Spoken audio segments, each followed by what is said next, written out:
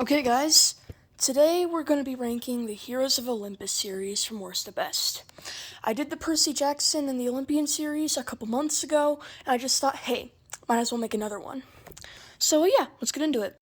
My number 5 in this series is The Lost Hero, but I'm doing this part digitally because I don't actually have a physical copy of that book. So I'm just going to give my thoughts on the book right now. The three protagonists of this book, being Jason Grace, Piper McLean, and Leo Valdez, are all decent characters in this book, but I definitely feel like they get better as the series goes on. The whole plot of this book, with Percy being missing and them trying to find out where Jason came from, was fun, but kind of meh in some parts. The quest to save Piper's dad was also pretty fun, and the backstory for characters like Leo and Piper were very nice to see. But I feel like for most of this book, it was just a little boring. I honestly was kind of scared starting Son of Neptune that the rest of the series would also be kind of bland. But thankfully, every other book is just fine. This book is really not terrible. I just think that the story was kind of meh. Having Percy be in none of the book whatsoever was a bit disappointing, and the story plots were interesting, just not interesting enough. We're back to physical, and my number 4 is the Son of Neptune. The Son of Neptune does everything that The Lost Hero did, but way better. It introduces some new characters, brings back old ones, and continues to build the world that the Percy Jackson universe lives in. This is just my opinion, but Frank, Hazel, and Percy are a way better trio than Jason, Piper, and Leo. It's not necessarily the characters that I think are better, even though in my opinion Hazel and Frank are better characters. It's just I just feel like Frank, Hazel, and Percy go better together as a group. Characters that were completely absent from The Lost Hero that I'm super thankful made a reappearance in this book, like Grover, Tyson, and Nico, definitely made this a more enjoyable book for me. The introduction to the Roman demigods and Camp Jupiter was, in my opinion, a bit, I wasn't really a huge fan of it when I first started, but as the book went on, I got more and more into it. Reyna is one of my favorite characters in the entire series, and her introduction in this book was just great. Octavian, another character introduced in this book, I hate him. I hate him with a fiery passion, and I wish death on him. Which, spoiler alert, thankfully comes in Blood of Olympus. And finally seeing Percy again after the last Olympian was just so good. And there we have it, that's Son of Neptune. My number 3 is The Mark of Athena. The Mark of Athena is the third book in the series, and honestly, it's absolutely amazing. It is such a good book. But the other two are just better, in my opinion. Finally, having Annabeth as a character that we see in the perspectives is great, and her story is definitely the best. While Lost Hero and Son of Neptune kind of went in like a pattern of like character this, character that, character this, Mark of Athena just totally throws all of that away with 5 characters. I'm pretty sure it still goes in order. I finished this book a few months ago, so I don't really know. But I'm pretty sure it still goes in order, but a lot more characters. The mythological encounters in this one, like Annabeth's fight with Arachne and Hercules, were very cool to see. Finally, mixing the characters of Lost Hero and Son of Neptune together with the conflicting Greek and Roman personalities was very cool.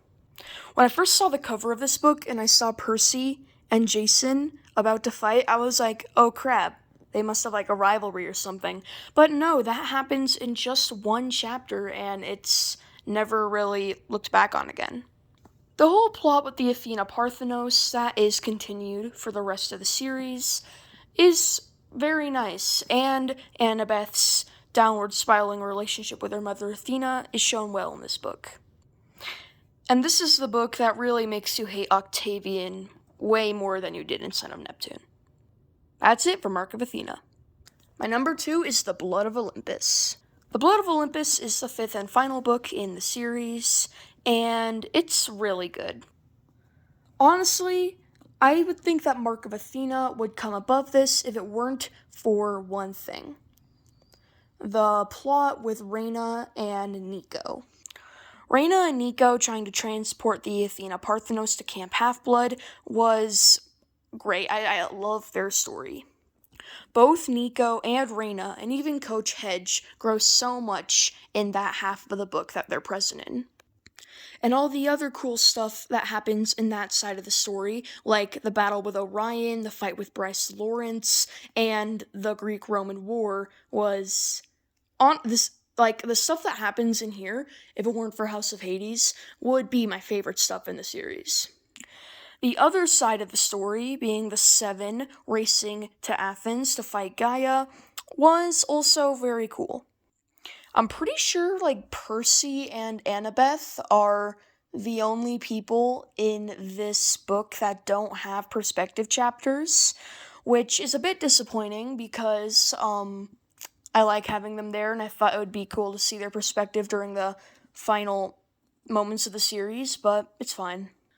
The plot with Leo's plan to use the physician's cure that they get from Asclepius is just great. When I first read this book and he died and killed Gaia, I honestly thought, man, dude, Leo is dead. Like, I actually thought that Leo was done for. But no, that last chapter from his perspective, where he not only makes it back to Aegigia and reunites with Calypso, that's sweet. I don't really like Calypso as a character, but it's nice that he saved her. And, it's also nice that he's just not dead. That's also good. Honestly, all of the action scenes in this book were amazing. The only one that was a little underwhelming was the actual final fight with Gaia. Like, the Seven fighting all the giants beforehand was great. I loved that. And all the fighting between the Greeks and the Romans with Nico and Reyna was also great. But when Gaia actually woke up and the whole fight at Camp Half-Blood happened, that was a little disappointing because, like, they fought for a little bit. Leo just showed up with his, like, I honestly forgot what it was. It was some sort of fireball thing. And then he destroyed Gaia, and that was it. So many characters have such good story arcs in this book, and I just love it. That's The Blood of Olympus. My number 1 favorite book in Heroes of Olympus is The House of Hades. The House of Hades is spectacular. It is amazing, phenomenal. Now, the main part of this book is about Percy and Annabeth trying to survive Tartarus after they fall in at the end of Mark of Athena. And the characters that we meet in Tartarus, such as Bob the Titan and Damison the Giant, are great. One scene in this book I love. Well, actually 2 scenes, but I'm going to talk about this one first. It's when Percy uses his water powers to burn Misery with her own poison. That scene gives me chills every time I read it. It really shows the dark side of Percy, and I think it was a great portrayal. And then we have the Cupid scene with Jason and Nico. Fun fact, I thought this was Nico on the cover until I realized that it was Percy and Annabeth in Tartarus. But yeah, I thought this was Nico for a little bit. And until I realized that wasn't Nico, I thought he was gonna get a chapter in the story, but he didn't. But whatever, that's not important right now.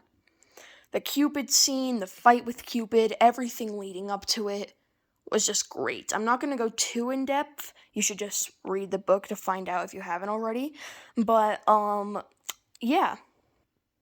When the secret finally comes out that Nico is gay, and all the drama surrounding it was just amazing. And honestly, I felt like since Jason was there witnessing what happened, I really did feel like Nico and Jason's friendship grew throughout the rest of the series. Bob and Damison's sacrifice to get Percy and Annabeth out of Tartarus was sad. But it was a good sad. A great sad, and I loved it. Another main character of this book is Hazel. Hazel in this book goes through a lot of cool stuff. She gets advice from the goddess of magic, Hecate, or Hecate, I don't know how you pronounce it. And it's her doing in in these books that help get the I don't know how to pronounce this, the Dissalatian scepter. I'm not pronouncing that right, I'm sure. But it's a cool thing. And the her and the rest of the seven, other than Percy and Annabeth, because they're in Tartarus, fighting through the re-envisioned labyrinth with all the magic and illusions was awesome. This book also really makes you hate Octavian with those flashbacks. Well, not flashbacks, like dream visions, which also has the first time that we see Grover. I know earlier in the video I said Grover came back in the Son of Neptune, but he wasn't there in person. Overall, this book and this series is phenomenal. And this book, The House of Hades, goes up there with The Last Olympian, Hunger Games Catching Fire, and Braveland's Oathkeeper amongst my favorite books of all time. That's it, guys. That was my ranking of the Percy Jackson Heroes of Olympus series. Thank you guys for watching. Bye-bye now.